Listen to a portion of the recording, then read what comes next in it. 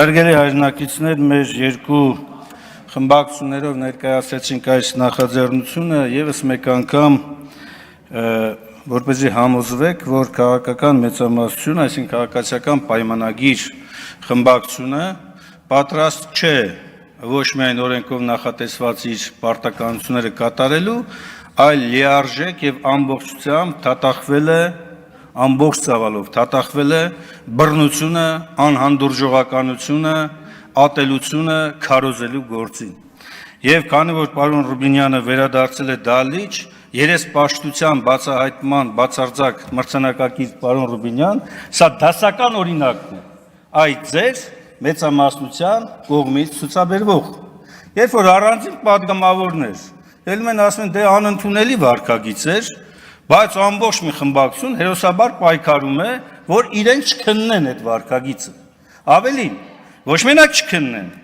այլ վերագրեն ընդդիմությանը բաներ, որոնք որ իրականության հետ բացարձակ կապ չունի եւ իմ գործընկերը արդեն ներկայացրեց, որ պատգամավորական էթիկայի հանձնաժողովի կարգավորման տիրույթությունն է դուրս այդ հարցերը։ Մենք հիմա խոսում ենք կոնկրետ պատգամավորների վարքագծի մասին։ Ու տպավորություն է, որ մենք եկել ենք, հարգելի հայրենակիցներ, մեծամասնությանը համոզում ենք, որ բերեք իրար հետ քննենք բռնությունը դատապարտելու, անհանդուրժողականությունը դատապարտելու մեխանիզմ։ Ու իրանք էլ ասում են ոչ, պատասխանատվությունը ձերն է, մեղքը ձեզ, ամբողջը ձեզ, բայց ի վերջո հանրությունը, հասարակությունը հստակ պիտի տեսնի նաև, թե ով է իրականում, որ ունենալով մանդատ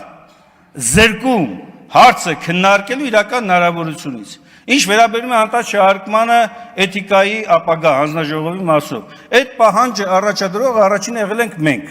պարիտետային սկզբունքով։ Շատ լավ է, որ մեծամասնությունը ուզում է գնալ այդ տարբերակին, բայց սա չի նշանակում, որ այն ինչ որ տեղի է ունեցել, պետք է աշկաթող անել։ Մանավանդ որ ապագայում ստեղծվելիք էթիկայի հանձնաժողովը ոչ մի անդրադարձ չի կարող ունենալ այս հանձնաժողովի կամ այս հարցի քննարկման շրջանակներում։ Հետևաբար, ավարտելով խոսքս, շատ պարզ բացահայտում եւս մեկ անգամ քաղաքական մեծամասնությունը արդարացնում է բոլոր անհանդուրժողականությունը, բռնությունը, ատելությունը, որոնք վերաբերում են ընդդիմադիր հատվածի նկատմամբ։ Ավելին, նա ունակ չի, պատրաստ չի քննարկելու իրենց իշխանության մաս կազմող անձի հակաօրինական վարքագիծը։ Սա է իրական իշխանության դեմքը։